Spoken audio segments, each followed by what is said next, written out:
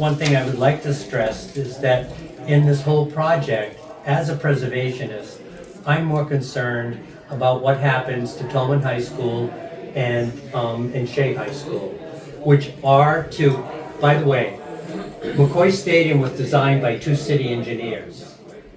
So it doesn't have any architectural integrity. It was just designed by two architectural engineers, not the two city engineers. Both Shea and Tolman were designed by architects. And I don't know if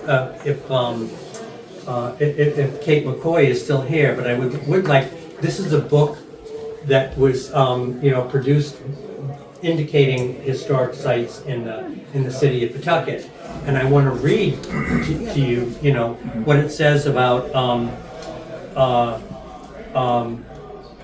East Avenue, Pawtucket West High School was designed by John F. O'Malley, an architect, 3-story, steel frame, flat roof, Art Deco high school, yellow brick, cast iron, green glazed tile exterior wall covering, built as a PWA project under the administration of Mayor Tom McCoy. Outstanding Art Deco lobby and auditorium, highly unusual exterior ornamentation, plaques and inscriptions illustrating virtues and vices, cast stone staircases from East Street covered with inscribed adages. So if Kate McCoy is interested in a tribute to Mayor McCoy, I think this building is far more important to that tribute than McCoy Stadium is. McCoy Stadium is a series of memories. It's a series of memories. It's not architecturally significant. And that's what this group is all about, is saving the architecture for the city of Pawtucket.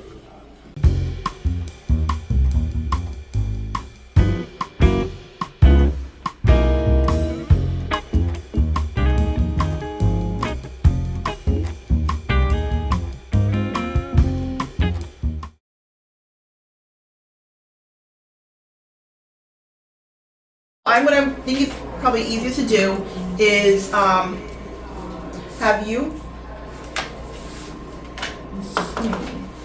Now this I have to think about this. So I believe we want to emphasize discourse and decorum. So what I would ask you to do, Jason, is to yield to Adam for chair during public input.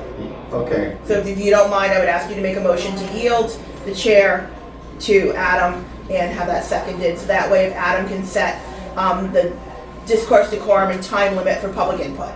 Yes. So do I do that? Like, do we want to? I would do. No. There's only 10 people that signed up, so What's that?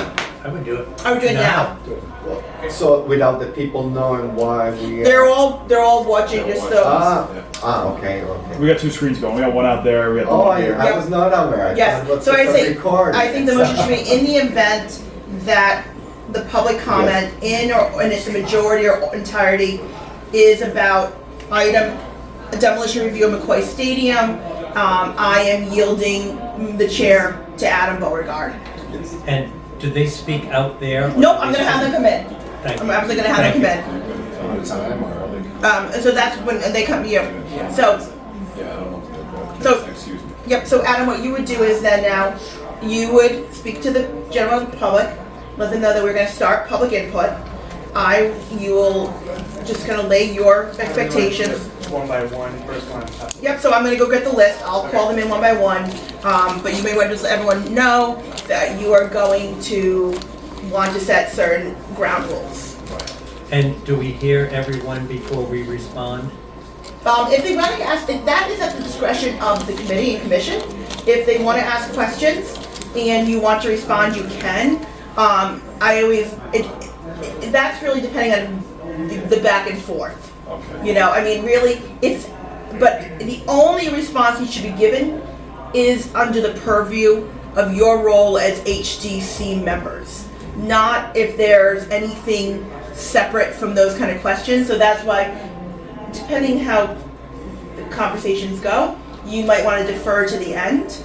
But if somebody asks a technical question for technical review, then you would answer those questions. Does that make Yes. Okay. Yep. Okay, so we will start public input from the public. I ask that everyone please keep their discussion down to 3 minutes. And I guess we'll keep a timer, and if we go over, we'll make sure we let them know. Yeah. And I would ask that every member who comes to speak in the public maintain decorum and discourse. Thank you. Do we have a motion for? Motion Well- to switch to Adam.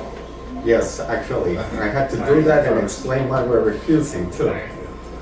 So That was a good try, man. I like that. that's okay. Keep it. So, I'm gonna, as chair of the Pawtucket-Historic Commission, since I'm gonna be a consultant for the proposed school, potential consultant, I'm gonna recuse myself from participating as a member of the Historic Commission. And I am David Sisson. I'm also a member of this commission. I'm going to recuse myself from this because I sit on the Pawtucket School Board Facilities Subcommittee, which is tasked with helping to build the new high school, or help with building the new high school on that site. So I'm also recusing myself. So, because of this, then the Vice Chair Adam Beauregard is gonna take the lead of the meeting. Thank you, Jason. Ready? All right. Okay. Yes. Do you need a motion for that? Yeah, do we need a motion for that? I think we It's should. wrong way. I guess we just recuse himself. Let's do it. I think we do a motion. All right, Motion. let's do the motion. So, a motion?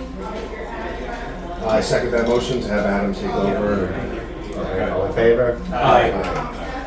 Thank you, John. And then my name can. Okay. Sit back here. Thank you, Jason. So we're going to start the public input. I ask that the public please keep their input down to 3 minutes. And of course, keep decorum and for everyone being respectful.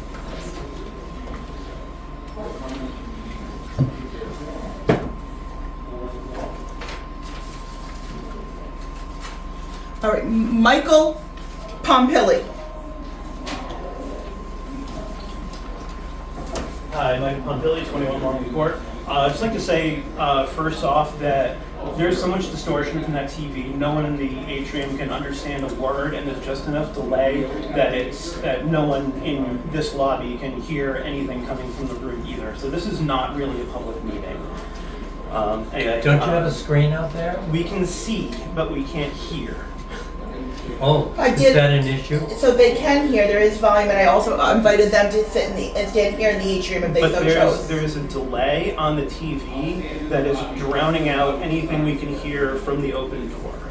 I would say that if you would like to stand here, you might. I was as standing well. right here. I Okay. understood maybe 10% of what was being said before. Anyway, They also should be quiet outside, so they can it's hear. not. It has nothing to do with what people are saying. It is the distortion on the television. Anyway, that's out of the way. I'd like to give my remarks. I'd like to start with an apology for interrupting Mr. Levy at last month's meeting. It's unfortunate that these meetings, like City Council and School Committee, have public input before the actual agenda item. So the only comment that we can give is prior to the agenda, and we have no opportunity to address anything that's being presented. This is why we're asking for a demolition delay. We'd like to have the public workshop that was scheduled by the school committee in December of 2023, which the mayor unilaterally canceled after it was scheduled. Demolition of a historically significant building requires alternatives be explored. The cancellation of that meeting was an explicit rejection of exploring alternatives. In a recent Valley Breeze article, a spokesperson, Grace Ball, spokesperson for the mayor's office, said, "We're confident the HCC criteria have been met. Confidence is not analysis." The quote went on to say that the stadium is in terrible condition with no practical pathway for restoration, and cites ongoing litigation with the Blue Sox over that. An itemized construction bid presented from DeAmber Construction and Alborg Construction suggests that there is a practical pathway. Although the Soloviev Foundation proposed to fund that restoration, shouldn't the litigation require the Blue Sox to fund that restoration? If they were required to maintain that stadium, shouldn't be that goal? Or is the city merely trying to cement the precedent that demolition by neglect is acceptable? This is especially dangerous in the wake of the loss of the Rhode House and possibly self-serving by the city, as the city is itself burdened with this decaying city hall, 2 potentially vacant high school buildings on the National Register, which are already being neglected, former mill buildings on Freight Street, which it just purchased for new city hall, and the adjacent historic Darlington Freight House, and likely more buildings downtown and elsewhere. My point in interrupting last month was to counter the assertion that it's infeasible to adapt McCoy to high school sports, and I was citing Hinchcliffe Stadium in Paterson, New Jersey. It was built in 1932 for Negro League and Double-A baseball. When its professional team left in 1950, it was transferred to the school department for high school sports. The stadium closed in 1996 and was threatened with demolition.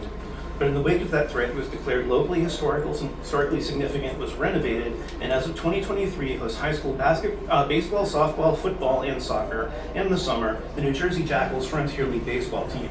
It's still owned by the school department and is located 30 feet from an elementary school.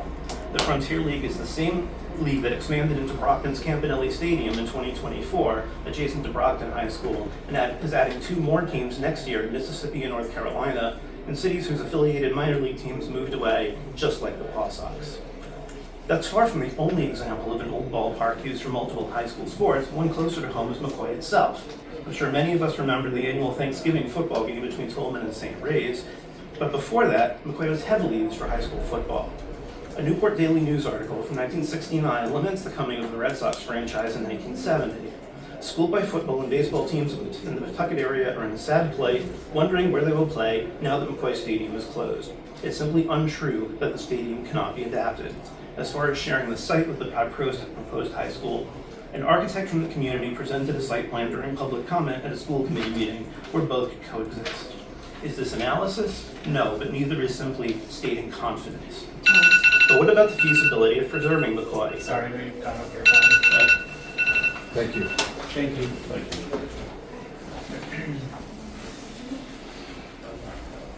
Nathan Luciano? I think found this sorted. That's what I said. That was right.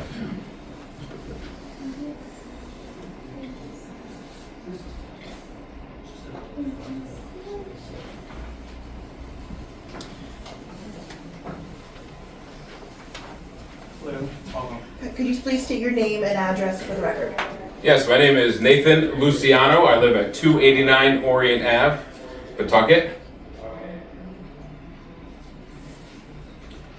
And Chairman, members of the board, I appreciate you taking time to hear and to be part of this process. And I also appreciate all of the people who are here coming and being part of the process, as being involved in the city, loving this city very much is a very important process to be able to have that public input, to be able to hear what the people are really interested in and really following and doing the will of the people that have elected those people that are in power.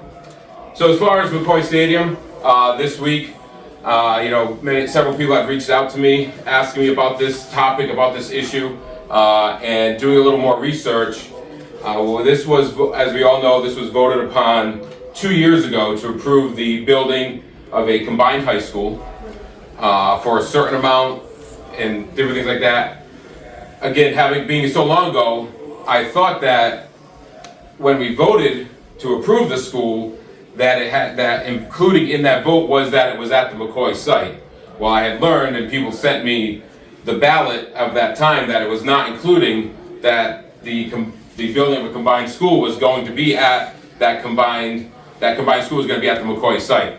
And I do think if that were on there, I do think many people would not have voted for it, because I think many people do not want to see that McCoy Stadium destroyed or taken down.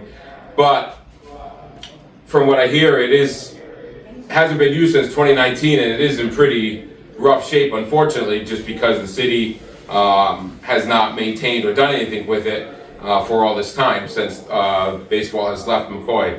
So I do think, again, if we had open and honest government, if we had open and honest officials saying what the true intention was going to be for the combined school, I think the vote would have been very different, knowing that, yes, combining the school or having a brand new, shiny school would be good for our community, but if it would be at the cost of losing McCoy Stadium, I think that vote would have been very different.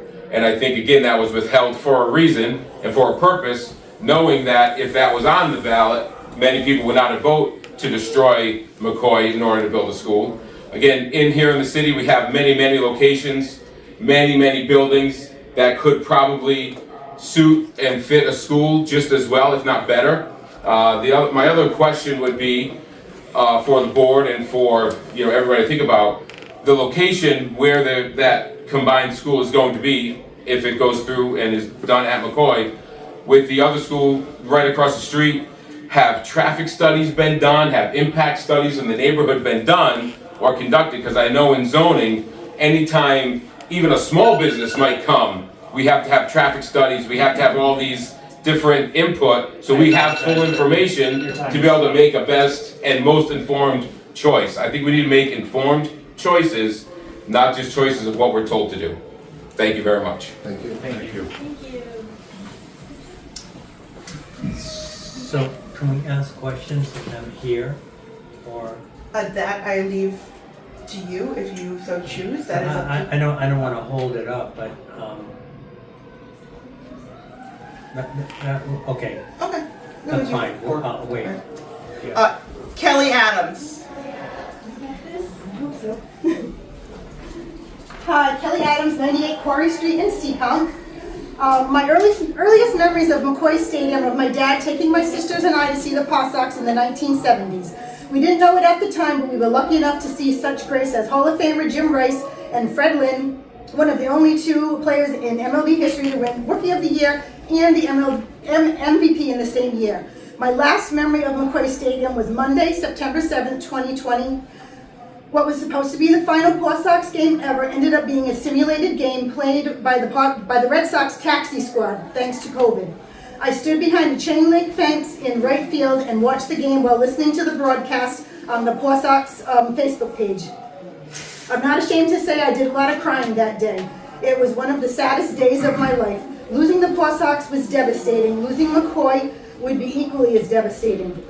I truly believe that McCoy Stadium should be on the National Historic Register. I actually emailed the Historical Preservation and Heritage Commission at the end of October 2023, as I believe McCoy meets many, if not all, of the criteria.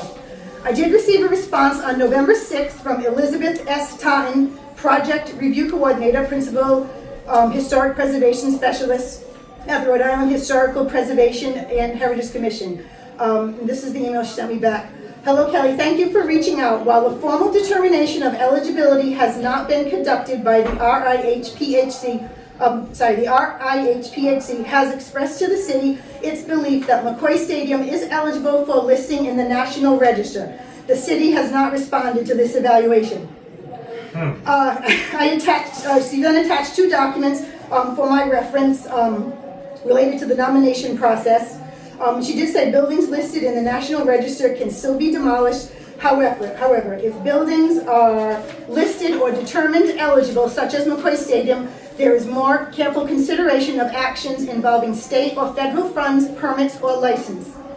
I just want to say, at the last meeting, someone had mentioned that they didn't think McCoy is historic or belongs in the Historic Register just because the longest game in professional baseball was played there. While it's true the Paw Sox and Red Wings actually made the history, they played that game at McCoy Stadium, which I believe qualifies McCoy as a historic site. The Paw Sox, the Red Wings, the longest game, and McCoy Stadium are forever intertwined. In fact, to this day, the scorebook from the longest game played at McCoy is still enshrined and on display at the Baseball Hall of Fame in Cooperstown. It had also been previously mentioned on several occasions that the stadium couldn't be used for anything other than baseball. I graduated from Tolman in 1984, and unless I was delusional for 3 years, we played football there every Thanksgiving Day. They played football there long before I was at Tolman, and they continued to play long after I graduated. So the stadium can definitely be used for something other than baseball. I urge you to please keep McCoy from the wrecking ball. Excuse me, what was the name of the woman at the Rhode Island Historical? It was Elizabeth Totten. Oh, T-O-T-T-E. Elizabeth Totten. Yep. Okay. Thank you. Thank you for your time today. Thank You you. did amazing. Oh, thank you so much. You did so great. Did you hit something? No, I'm just inviting people. No, we went on mute. Oh, Make sure you muted us accidentally. there we go. There you go. Just be careful. Sensitive.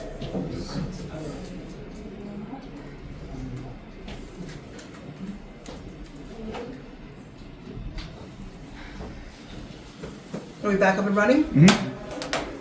Yeah. Say so, so they can hear my voice. Yeah. Diane Garcia, Pawtucket School Department Legal Counsel.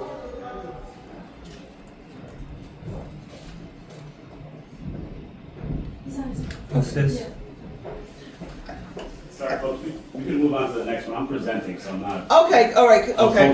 fill it out either way. So All right, so I didn't assume Megan and Holly, do you also want to yield to until the presentation? yeah. Okay. I'll present. All right, then Zachary Russell.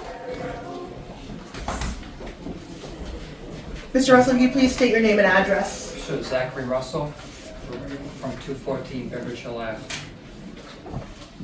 All right.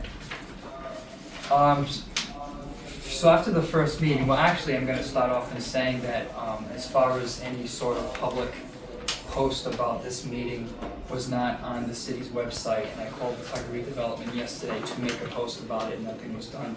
I have noticed, I believe it's because we have a new website and it's been a while. It's kind of hard to, it's on the Rhode Island government website for all. Well, see, the I thing don't know how I is can the find last one was strictly on the website, so someone can look and say, oh, there it is. The second one wasn't so easy, but I'm just, well. I know that it like links to the official website that has all of our information. Okay. And the agendas and all that.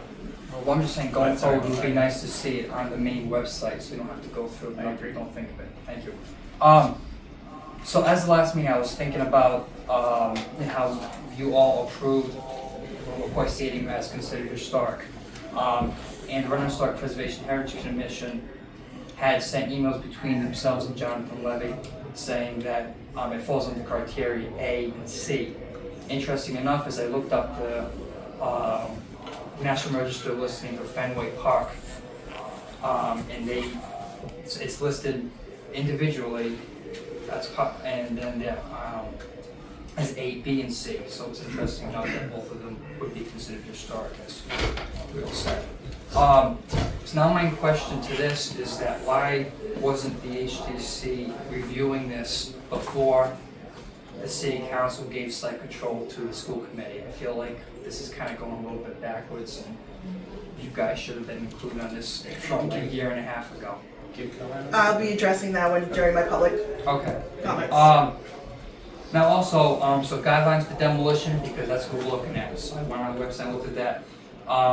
So under guidelines for demolition under C, my response to it, so Jonathan Levy explained that there was no other way new high school can be incorporated into McCoy.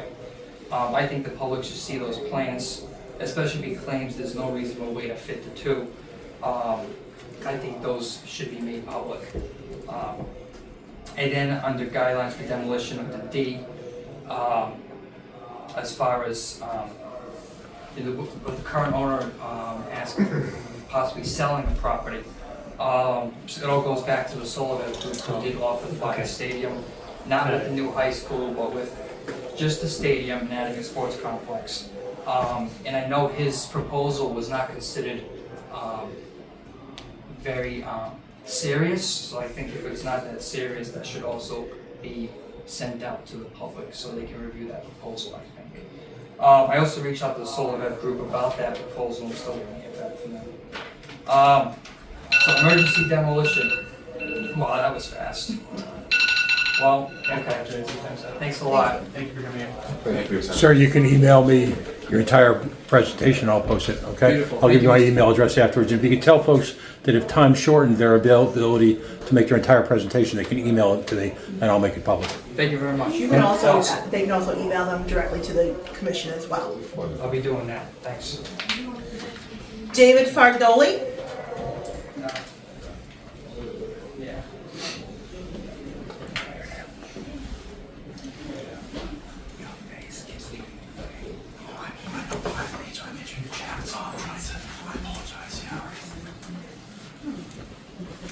This is who? David Fargnoli. Yes. How are you? Good, can you please state your name and address for the record? David Christopher Fagnoli, 125 Oakland Avenue, here in Pawtucket, Rhode Island. All right, I'm a lifelong resident here in Pawtucket. To say that I didn't have many lifelong amazing experiences in baseball games with friends, family, scouting events. It was a great place to go and spend time. Whether we talk about its construction back in 1940 by Mayor McCoy, which is named after, whether we go on to the hardships it had after World War II with its financial struggles, whether we move forward to the 70s when the Paw Sox actually made their way here, whether we go to the 1981 longest game in professional baseball history, still stands to date. That alone, I believe, qualifies it to be put into the historic presence, you know, as far as an entity, just because of the major happenings which took place within it. Now, I'm also running for school committee here in the city of Pawtucket in the upcoming election here in general election. I have to look back and I didn't see any other real location, looking for any possible backup locations for this school. Seems like it was targeted from day one that this was going to be the location, and if that wasn't the case, they would make sure it was. It's been stripped down to nothing at this point. It doesn't look much like a historic site when you look at it right now, does it? But when I grew up, when I heard the bats crack, when I sat there and played baseball in the fields that sat right behind, that's now parking lot, dirt parking lots, because it was torn up, it doesn't seem as historic as it should be because it wasn't handled properly for years and years and years. I don't know what else to say other than I think the city dropped the ball. We should have had 3 locations for backup just in case this sort of situation, because you think the people of Pawtucket were just going to sit and lie back while you guys just to try to destroy the history of what we did, what my generation did to keep ourselves off the streets, to keep ourselves doing the right things. And we also had a sports complex attached to the whole thing where everybody in the neighborhood utilized it as well. You guys can decide whatever you want, but it would be a shame if you tore that down and you just ignored the historical factors that are involved. Thank you very much for your time, and you have a great evening. Thank you for your time. Thank you. 1 second, I gotta figure out how to stop this and then restart it. Okay. Kate McCoy.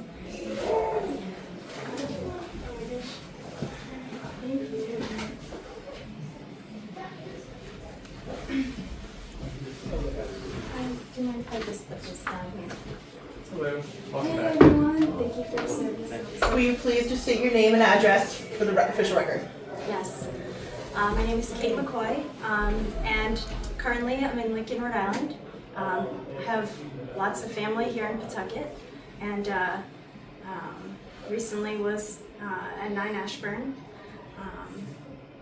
Sorry, I'm very nervous. My name is Kate McCoy, but I come here not as one person. I come here as a representative of thousands. A petition, the First Amendment that I have a copy of here for all of you. I'm so sorry. Mr. Chair, if it's okay, I'm gonna pause the clock, Kate, and give you a moment. Thank you so You much. let me know when you're ready. You don't seem nervous, you're doing great. Yes. Thank you guys. There's just so much responsibility and so much. I would first like to start off that I am so appreciative and grateful for the opportunity to speak in front of all of you. Thank you very much.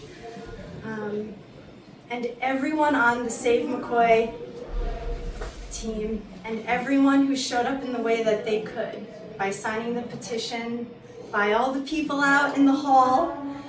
We were told we could not have a larger room to accommodate everyone in the same room, that they would be pulling person one by one in here. And I'd just like to point that out, and also that my teammates said he wasn't advertised on the city website like it was previously. And we've have a strict time limit, and we still don't have this public dialogue that we've been asking for and requesting for over a year now. We've been asking for a town hall, some public dialogue, and we have not been given any. On the ballot, there's no mention of McCoy Stadium. Bond language, which I also have here, does not mention McCoy Stadium. This is evidence of how this administration patterned of behavior with certain projects and their agenda. This evidence of,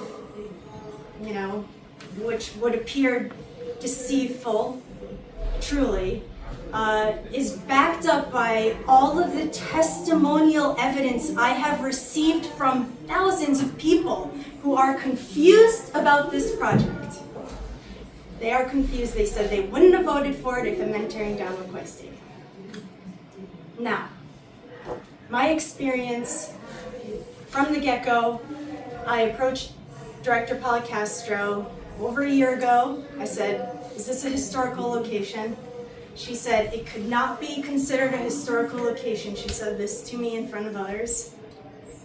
So she said, due to renovation in the 90s, it's unable to be considered a historical location. But we see... I apologize for your time, so. I'll address, and I can address that during my public. Okay. Thank you so much for your time. Thank you very much. Thank you for your heartfelt comments. Mark Andrade. Mayor, on yield. Thank you. All right. That concludes the public input portion of our agenda, Mr. Chair. I would like to call Colliers in, and before their presentation, I'd like to speak on behalf of the department and the municipality. Thank you. Did they get the sound going out there now? Yeah, they've had it, yeah. I muted for maybe about a minute or so, but But I'm if you want to muted. submit written testimony, Throw it out you there. can submit it to the commission. You can also send Mr. Ford has offered to accept it. I'm going to have members of Colliers, their team, join us. For those of you who want to submit additional testimony, you can do it to the commission as a whole. And Mr. Ford has stated that he will also be It just gets hot in here quick, so plus the window cracked. All right, Yeah, it's it's going to be a little crowded. That's Tuesdays, 38. So you're going to send it directly to the chair or vice chair, which is all everyone's emails are listed, or you can send it to myself as the director of planning, or you can send it to the mayor. You're welcome. Just gave you a chart. You see it? So you mind if I? Yes, because I'm dying and I'm at puzzle. No, this is great. Yeah. Want Megan and Demolition to be able to Sure. Or do you just want to use the hard I think we're going to have to use the hard copy. Yeah, I might. And that's okay. Yeah. We all got those. Everyone has copies? Yes. If we can make a room where people can sit on that, if we can fit a couple people over there. Yeah, there aren't that many of us. But if you want to Do you want to leave those with us, or do you have, are those copies or originals? These are the papers I was referring to, the document list. Thank you so much. Well, this is retrospective. I can talk about what we can use for. I can just grab hard copy. I gave them all.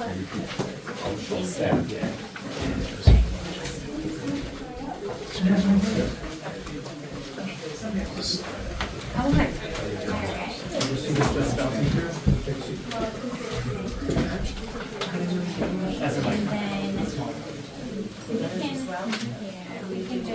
Alright, where's my passport on this? Thank you. These two copies. Okay.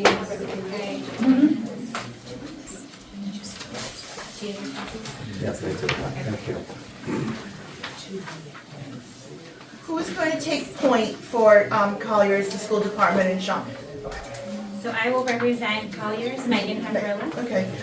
Megan, before you begin, I'd like to speak on behalf of the department. So as you know, my name is Bianca Policastro. I'm the Director of Planning and Redevelopment. I'm also Director of the Redevelopment Agency here in Pawtucket.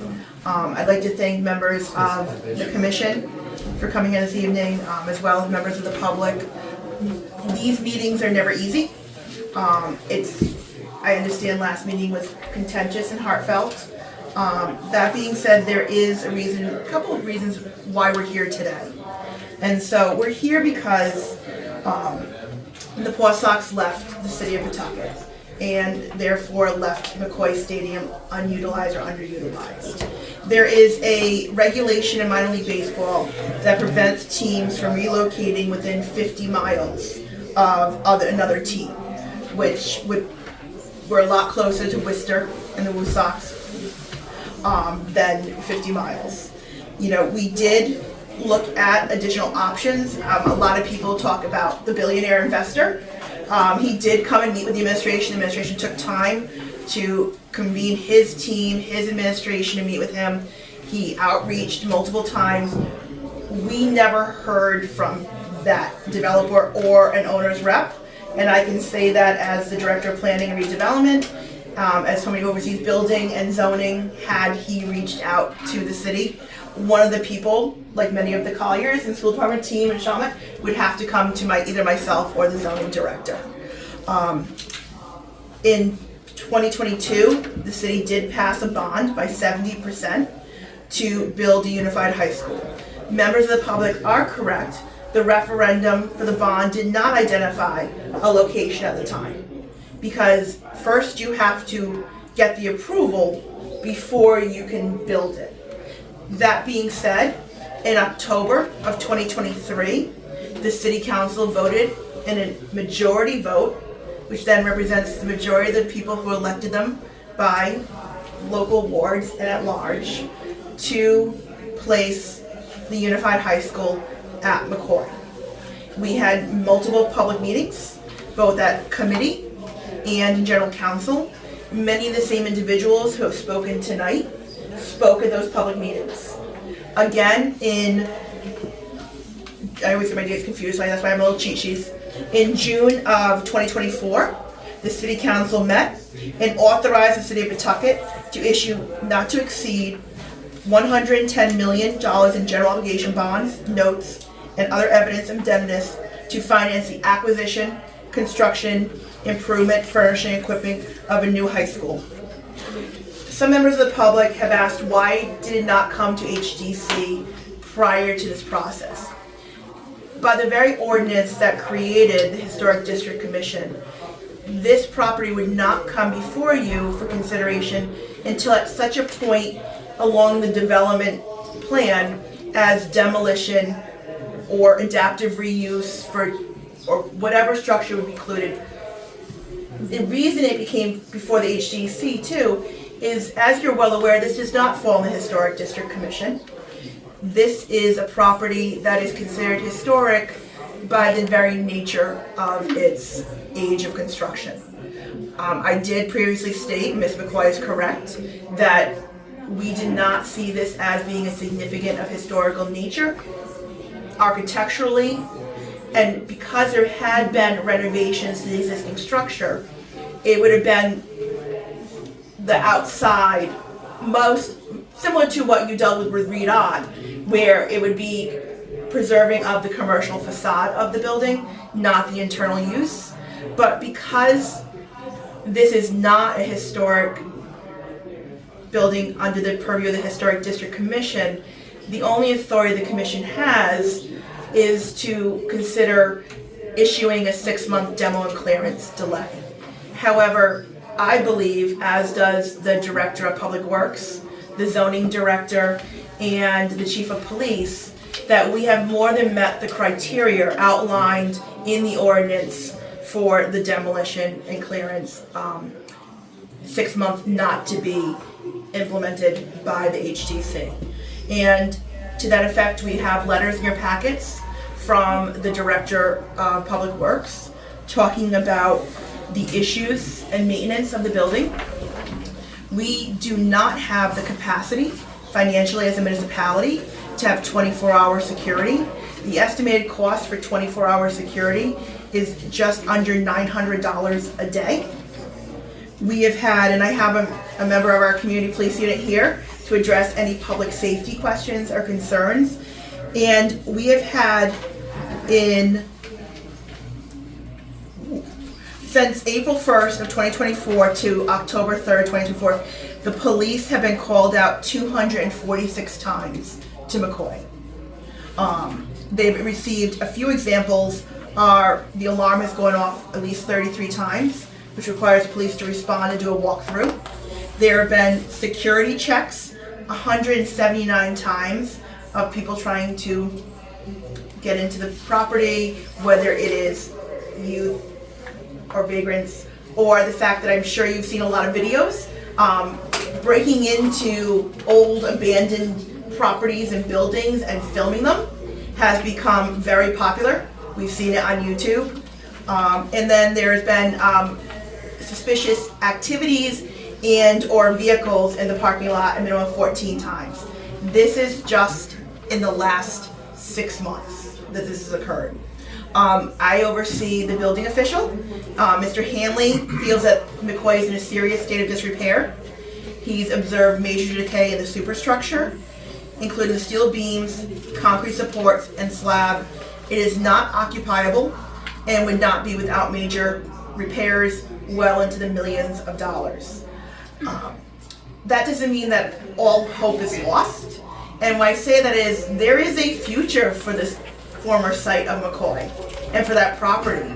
And that is to create a state-of-the-art unified high school for the city that the students deserve.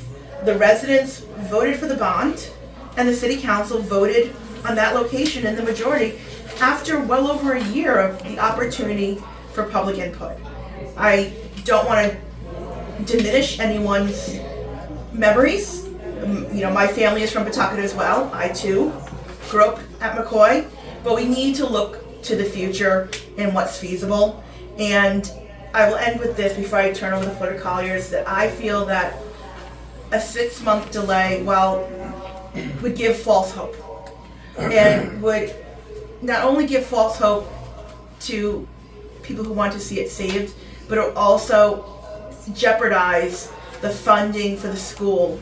That a 6-month delay legally could cost us just under $30 million of lost revenue replacement on the bond. And so that is the stance that I am taking on behalf of the department. I believe I addressed all the questions that came up during the public input period. If not, is there any members here that have any additional questions for me? I can bring my zoning director in if I have to, or we also have a member of the police unit here. I'm all set. Anyone else? I have no questions now. No? Bruce? Okay. No. Okay. I have lots of comments, but no questions. Would you? No, go ahead. Hit me.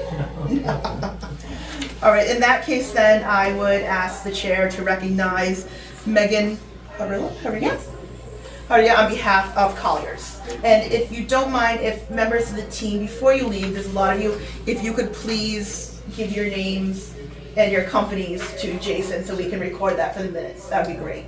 Thank you. Well, thank you everyone for having us here. This is obviously a big moment for many different reasons. And as mentioned, my name is Megan Habrilla. I'm the Senior Project Manager for this high school project. I work with Colliers Project Leaders. So we are the owner's project manager for the City of Pawtucket and the Pawtucket School Department. So myself, along as my colleague here, Holly Demers, we have spent multiple years here with Pawtucket, and we're here to support everyone along the way. So we're going to take you through the presentation that we have in front of you, and this is going to speak to a follow-up to the first meeting. So we were tasked with addressing 4 criteria in terms of speaking to the historic nature of the McCoy Stadium. And with that, I'm going to turn it over to legal counsel here for the Pawtucket School Department, and Gianni's going to open it up for us. Hello everybody, Gianni Garcia. As indicated, I am legal counsel for Common Law Associates that pertain to be legal counsel for the Pawtucket School District. Certainly I've been tapped in with colleagues to clarify a couple of points, many of which have already been clarified, so I won't dwell on them too long. So I'm certainly would like to address a number of things. If you look at the packet that's in front of you, the first page shows a map. It identifies the historic districts that are within the city of Pawtucket. All of you would be very familiar with it given your roles here, and you're certainly aware, especially when you're being asked to consider changes, alterations, or such things within those districts. What makes a district a historic district? These are recognized districts. They have nomination forms that are registered with. I apologize, I should have asked it before you began. Is this information proprietary and confidential? No. Do you mind then, because if I switch to you letting you use the computer, nobody can see it, could I have an extra copies just to put out in the lobby for members of the public to review? You bet. What is this stuff? Yeah, so they're already stacked. And then what we can do is we can put an electronic copy up as part of our meeting minutes as Secretary of State's. I've got copies, yeah. Yep. So I'm just going to take a few. That way members of the public can share and review. Okay. I apologize for interrupting, Mr. Garcia. These are extra, yeah. Those kind of, they don't need a whole bunch. Yeah, I'll just ask you, whoever speaks, just make sure you project, and it's beneficial for you because you're already facing this direction, but just so for the sake of everybody on Zoom and out there can just hear very clearly. Sure. Thank you. All right, so that first page in the packet certainly will give a visual to where the locations of these historic districts that you certainly are familiar with. It's very clear that the McCoy Stadium is not part of any of those. The closest is the Quaddy Hill Historic District, a largely residential district that includes 19th century to early 20th century dwelling houses that's not anywhere related to this stadium. It's removed and has no contributing factors to that closest historic district. It's not if we flip to the next page, we wanted to talk about a number of things that this site isn't, so that we could hone in on those 4 factors and talk about what the stadium is, what that site is. It is not a historic district, that's a given. It is not a national historic landmark. There's certainly a process of which you folks are familiar with as well that did not go, that this site did not undergo. I would argue it also would not qualify.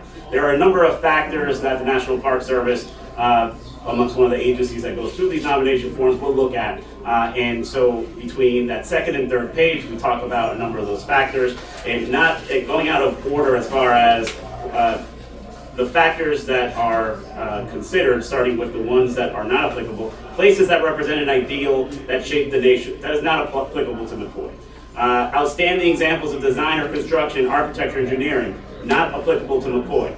Places that yield or have the potential to yield information of major scientific importance, not applicable to McCoy. Places that outstandingly characterize a way of life and collective importance. We're all familiar with this stadium. Most of us have had childhood memories there and have been there a number of times in the course of our life.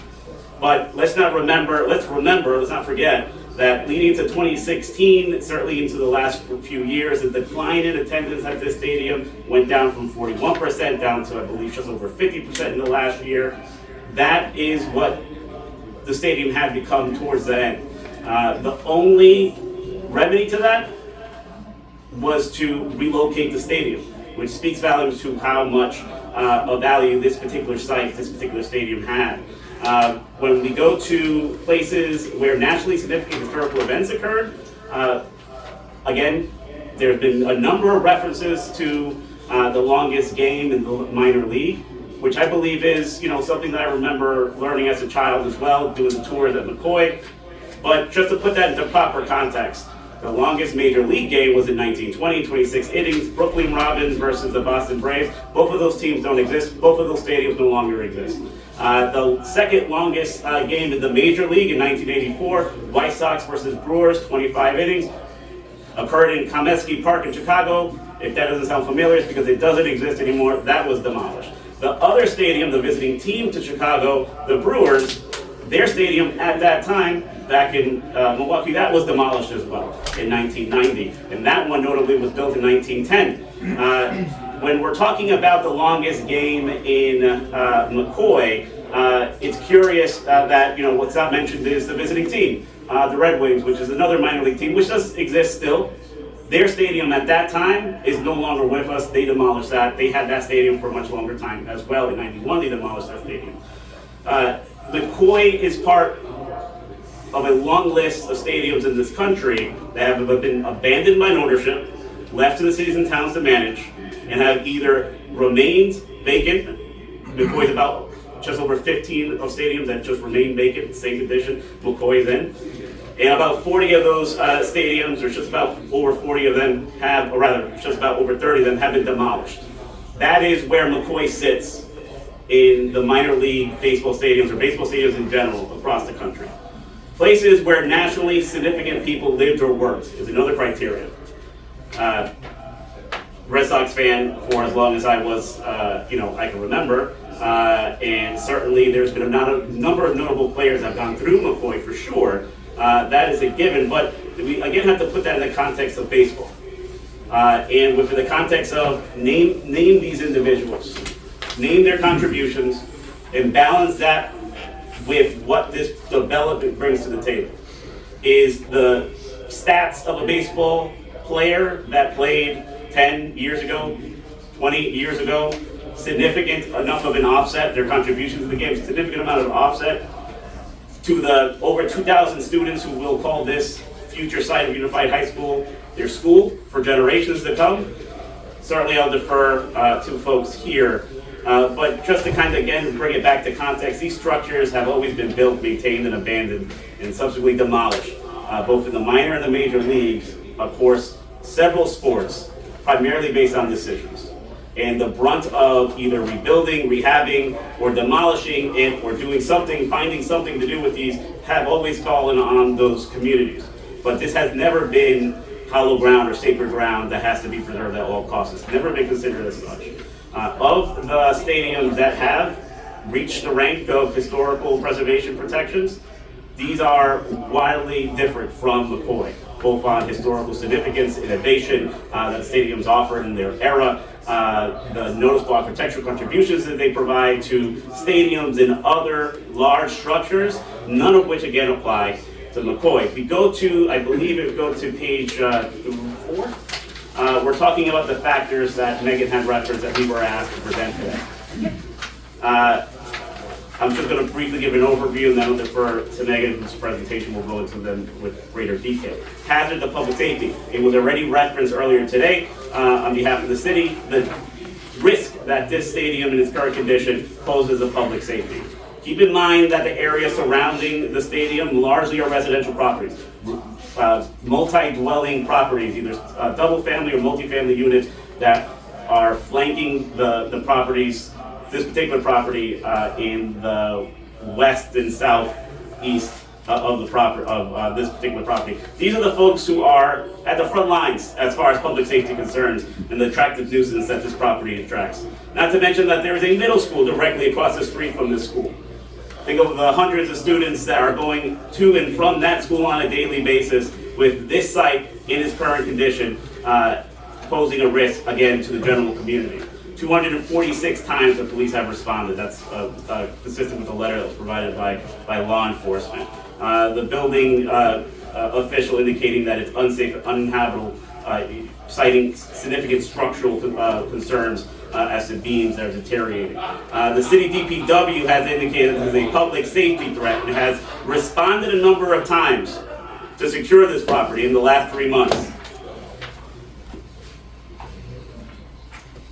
Again, it poses a risk both to the folks who are attracted to this nuisance, both adults and potentially children who are in this area. These are families, these are children, these are students that would otherwise be benefiting from a unified high school at this site, as opposed to a derelict building that is too large and too expensive to maintain and secure at all times.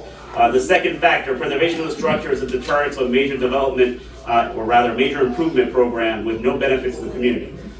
Megan's going to go into greater detail to the type of improvement that we're talking about, but it bears consideration that we're talking about hundreds of millions of dollars that are on line. This project, Unified High School, as a whole, is worth upwards of hundreds of millions of dollars, and certainly Megan will break that down.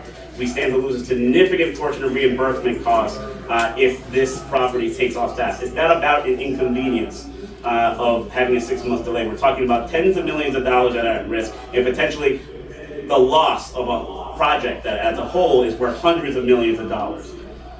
Again, this development, as far as how it benefits the greater community, we are talking about a unified high school that will speak on that as far as the state-of-the-art facilities that will be provided. The fact that this is a unique site that nowhere else in the city can provide us the access to have the campus-style facilities for the entirety of the high school population that we're talking about. Last, the third factor, preservation of the structure would cause undue unreasonable financial hardship to the owner. That's the city of Pawtucket. That's who we're working for.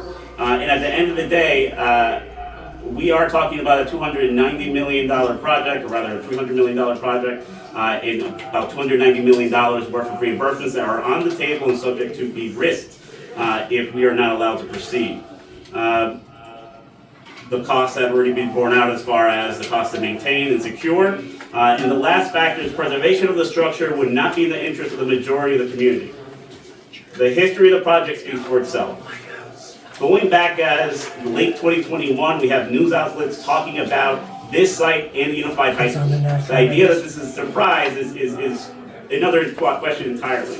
The ballot question in 2022 was pushed largely combined with these reports that bond measure was going to go towards Unified High School, and again at this site. Why this site? Because at that point this was a unique site, big enough to accommodate what was a proposed rendition at that point, which is thankfully much different from what we have now, but nonetheless was the plan from the get-go. The history of this project developed in its infancy involves 5 to 6 years of development, both beginning with presumably the mayor's office and that administration and other individuals at the state level talking about what to do with this property. That it goes before the city council a number of occasions and has gone before the school committee countless occasions, both between their subcommittees and the school committee, where those are public meetings, agenda, presentations. Public input has been received at every level of development, at every stage that had to be provided to Rhode. And to the idea that there hasn't been a public conversation about what's going to go on this site, and the idea that this is all being developed without transparency is not factually accurate. We have input from teachers, students, state agencies, community members over that period of time, over that period of years, about what would go on this site and how to go about it. Your Honor, sorry, that was. I'm not sure, Chair, I think you can give the honorable. Well, there you go. The design concept has changed considerably, but it has changed considerably over a public process. So at this point, I'll defer to Megan to go over some of the more salient details. Thank you, Deannie. So at this time, I'm going to try and talk louder here. So we're going to dive into these 4 criteria just a little bit deeper here. So the first one that we're going to speak to is pretty self-explanatory with all of the photos that have been provided.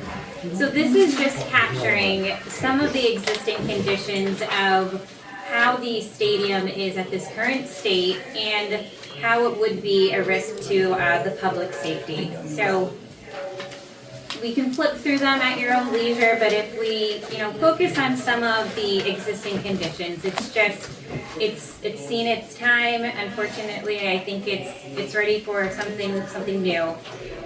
So there's been a lot of overgrowth, as we heard earlier, about the multiple calls that have been made to the police department. We also have DPW, who is also, managing the overall site itself. They also get contacted as well. So there's a lot of safety risks to the stadium itself. If we flip through some of the pictures, what's really the impactful conversation right now is talking about the criteria number 2. And all of these criteria, they really kind of overlap in different ways, but this particular one does speak to the financial impacts of this project itself. So as mentioned, this is a substantial project. This was a total project value that you'll see is almost $330 million. And of that, Pawtucket gets state aid reimbursement, and that's at 80.3%. So you can see here right there, that equates to almost $261 million. Base reimbursement. There's also an additional bonus point reimbursement that is deadline driven. So with that, we have to complete this project in 5 years. That is a Rhode deadline, and that's what we have to meet in order to capture that additional bonus points. Those bonus points equate to an additional $29 million.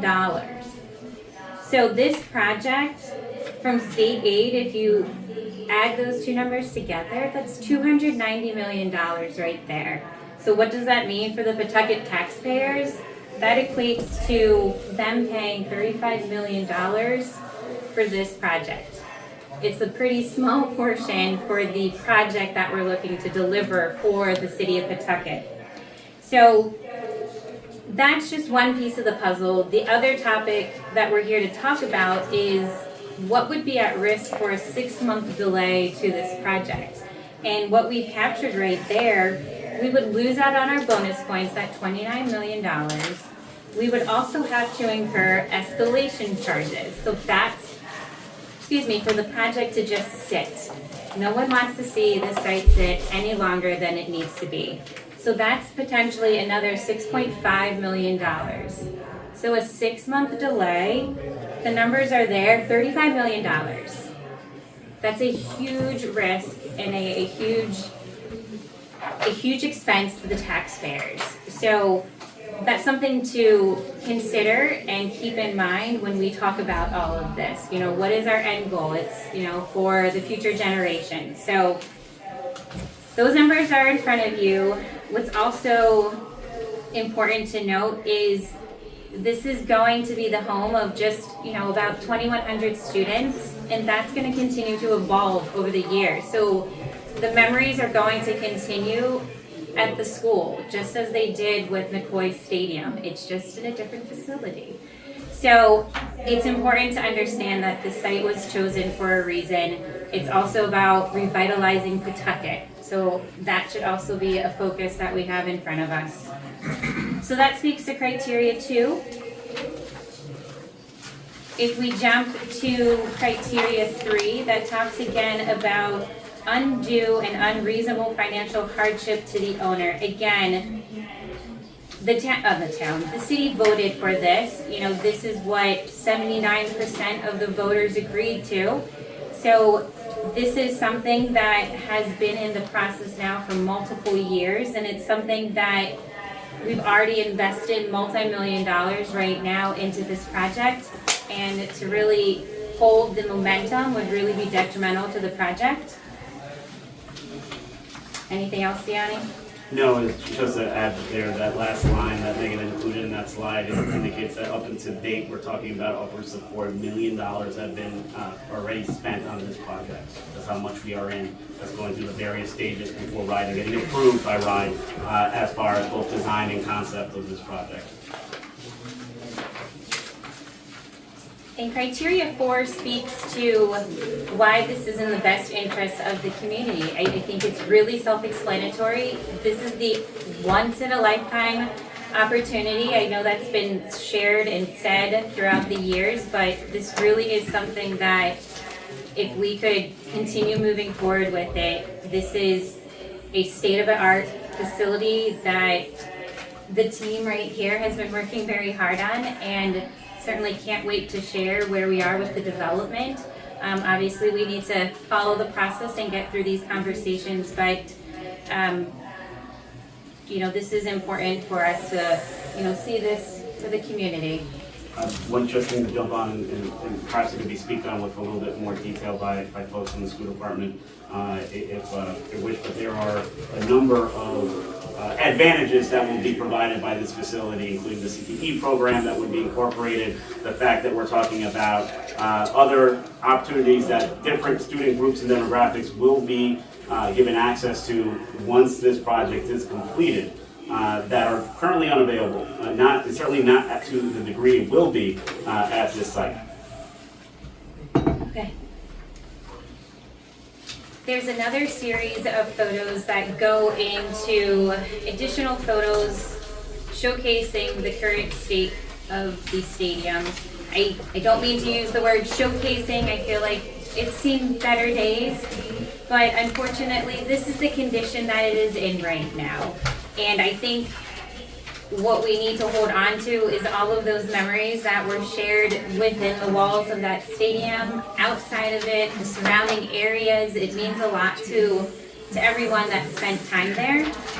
So I would, in just a minute, like to turn this over to the project architect, Jonathan Levy, but there are just a couple quick references to public document newsletters that date back to 2021 that do speak to the McCoy Stadium site being the focus of this new unified high school. So this is just quick little snippets. But lastly, I think what we would really like to hear from Jonathan is, how are we going to memorialize McCoy? So I'm going to turn this over to Jonathan. Very good. Thank you, Megan. My name's Jonathan Levy. I'm the Director of Design for Jonathan Levy Architects. I'm also very proud that my mother was born and grew up here in Pawtucket. And I am also the father of 5 children, all of whom loved being at McCoy Stadium over the many years that I were bringing them here back to Pawtucket, where my mother joined us. So I want to talk a little bit about, by the way, CTE was mentioned. For those of you who don't know what that means, it's Career Technical Education. And what it means is that Pawtucket students will have the opportunity to enjoy 21st century state-of-the-art education, whether it's for preparation for college or preparation for careers. And they'll be doing it on an equal footing in a new kind of school called a comprehensive high school, where students are intermingled and they're able to experience multiple pathways, whether they're academic or whether it's career training. We're very excited about that concept that the Pawtucket District has been leading. So my job tonight is to just tell you about the memory of McCoy Stadium. I did a brief calculation sitting out in the hall there and recognized that over the likely 75-year at least service life of this new facility, over 40,000 students will be exposed to the interpretive displays that we intend to incorporate into the entrances to the building. So that's 40,000 students every day of their 4-year life at the school experiencing the memory and the history of that site. So in your packet there are examples from other schools that we have done where this is always an important issue. The introduction of the future sometimes replaces the past. And in those schools, for example, the Dearborn High School in the city of Boston, we were able to salvage and display historic elements from the school that we replaced that were placed in an interpretive garden. Interpretive meaning that there's text that helps students understand the value of those artifacts and how they relate to the history of the site. So one of the examples, you'll see caryatids and columns that were saved from the old building and placed in the garden where they experienced them every day as part of their cafeteria. Another example is an interpretive display that was done at a middle school in Framingham, Mass, where the namesake of the school, Dr. Fuller, this was the Fuller Middle School, was a very important person in the national landscape of African American scientists. And that person's history, his biography, and also the sculptures that his wife made, all of that were memorialized in a glass enclosed display with text right at the front of the school. So our vision for the McCoy Memorial is to have such a display that would also include artifacts from the existing McCoy Stadium, including some of the posters that showcase some of the great players that have played there, the history with text, We're hoping to engage the community in helping to develop the content and the character of these displays. It's possible that there could be 2 displays. There will be a community engagement entrance for the school fronting onto Division Street, where there will be access to the gymnasium and the auditorium, as well as to a series of community access CTE activities like a cafe, like a cosmetology area. So that could be one location for the interpretive displays, and the other would certainly be at the main entrance. And I think probably there's no better way to memorialize something than to have it in the face of those students coming every day. It's not a destination, it's something that they're going to need to encounter every day and know the history of the place where they're getting their education. We certainly wanted to add that last part because we didn't want the impression to be given that we're dismissive of that legacy. But if we want to end on anything, certainly I'll let Megan end it for sure. But what I wanted to say before we finish our presentation, that this is a once-in-a-generation investment in our students.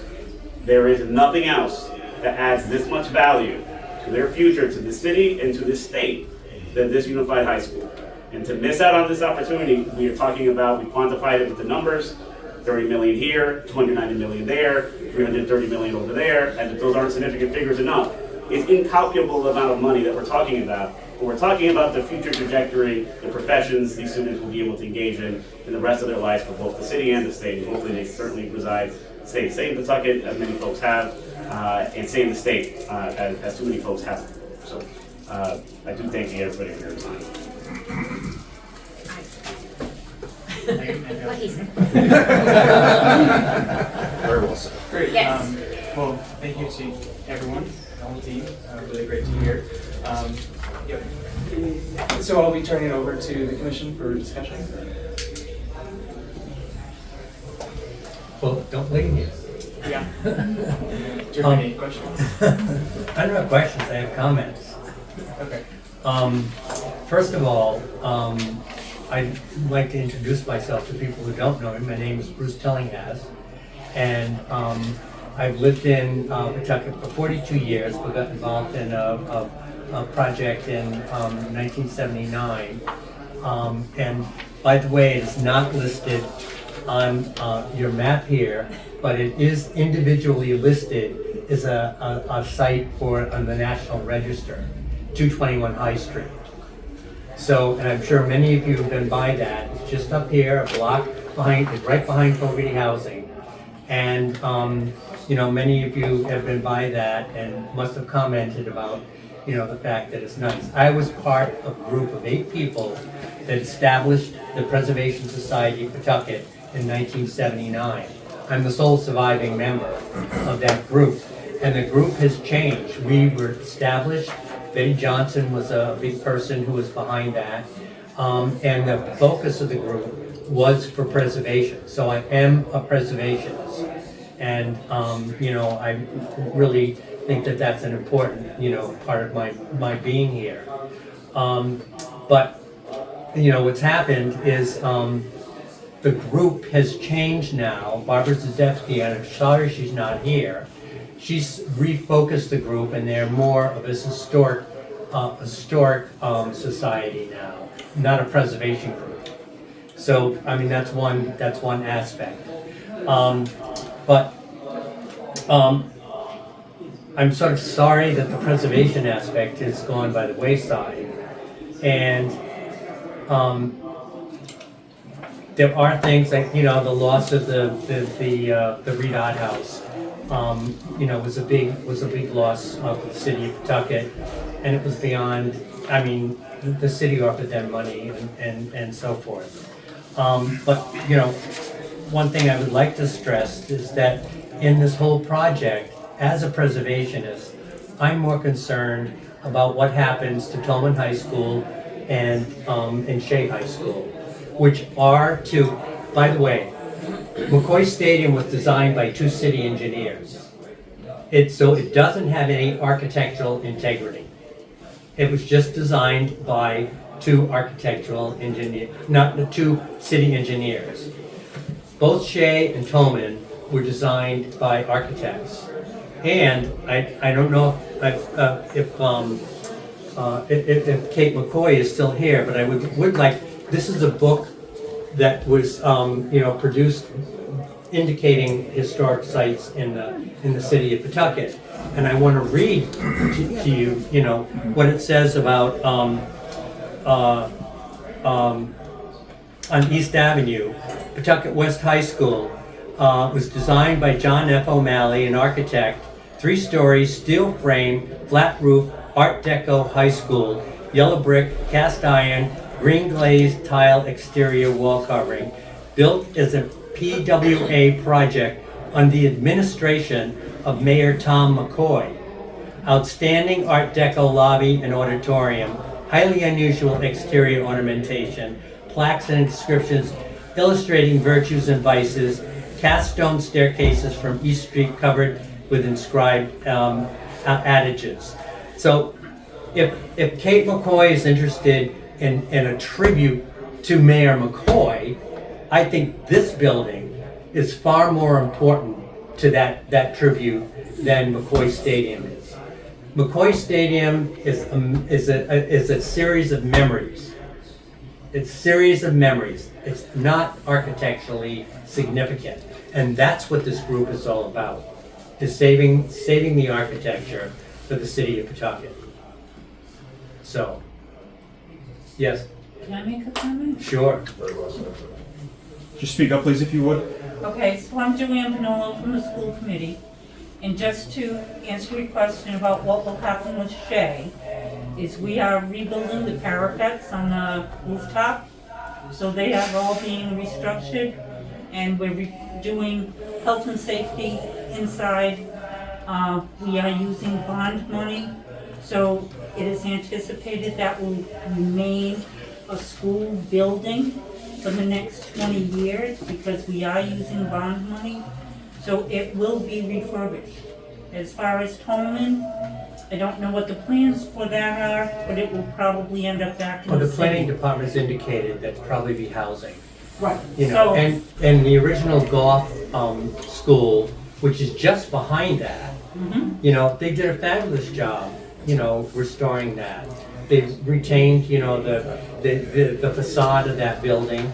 I'm not crazy about the way they handle the window fenestration, but, Bruce, sorry, I want to get back on track. Okay. I call it, keep going. Great points. Yeah, it's good to know what's going to be happening with the other schools, at least one of them. It's also helpful to hear from the architect and the team and the project manager of everything to get more information to the entire city. So I was looking at the city's comprehensive plan. There is a section about schools, and it was discussing the current schools and how they're kind of dilapidated, and how we are trying to combine schools and get as many students onto the best path forward.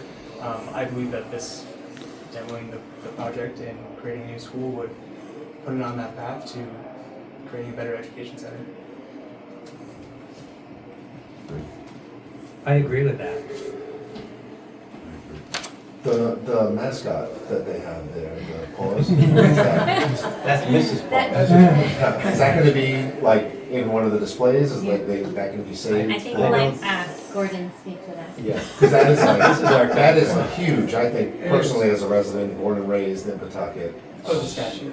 Yeah, that's Gordon Zaniel from Sharma Design and Construction. I'm the project executive for the project. I graduated from Shea in 1982, so I'm a proud resident of Pawtucket myself. But Mrs. Paws is in rough shape, but we're going to do everything we can to, even if we could replicate it, but she's full of termites, and we don't know where Mr. Paws went. We split. But we do have Mrs. Paws hanging around. To Worcester, maybe? I don't think she went there. He went there, but we're going to do everything, as Jonathan said, everything we can to preserve. I'm very passionate about it myself, being the builder. My team understands the importance of what we're doing here, along with Jonathan. Couldn't ask for a better. We're currently building Baldwin, and he's the designer for that one as well, and I went to Baldwin as well. So I'm excited about this. I know there's a lot of memories lost for me, but it's something that for years to come, we're gonna, these students deserve better. And we need to give it to them. As a society, we need to give them a 20th century learning facility. CTE is big. I go talk to the high school kids about trades and what they need to do to get into trades, because not everybody goes to college. We had trades when I was in high school, and they took it away. We need to bring it back. So this is a one step forward. We have dailies, but to have something local Right. that is trades is the future, I think. That Absolutely. And it's nice to see, if I can add this comment, it's nice to see that people on the project have a history in Pawtucket, and it's not just about, business. It seems to be from, the heart and several people. It's nice to hear that as well. Indeed. So I would like to propose a motion that because the project is a hazard, the building currently is a hazard, and it would be detrimental to the improvement project, that the building should be demolished. What's the point in accepting additional testimony if you're voting Excuse me, before the sir. testimony? Sir, you can't speak during commission roll Because call to additional vote. testimony can be given because we were time limited. No. What's the point after voting to accept additional testimony? Sir, you've spoken at many other public meetings, and the commission is now in the middle of calling a roll vote. You cannot interrupt. Thank you. I second Adam's motion. All in favor? Aye. Now, this is not a delay, 6-month delay. This is approving demolition. This is approving demolition. That's what I seconded. Yeah. So the board is approved 4-0. Thank you for coming. Thank you very much. Thank you for your time. Thank you, Nobody public, needs to for do your a comments chair. as well. The chair has to do a And thank motion you to to the adjourn. public for coming. Motion to adjourn. Motion to adjourn. Second. All in favor? Aye. Aye. Thank you.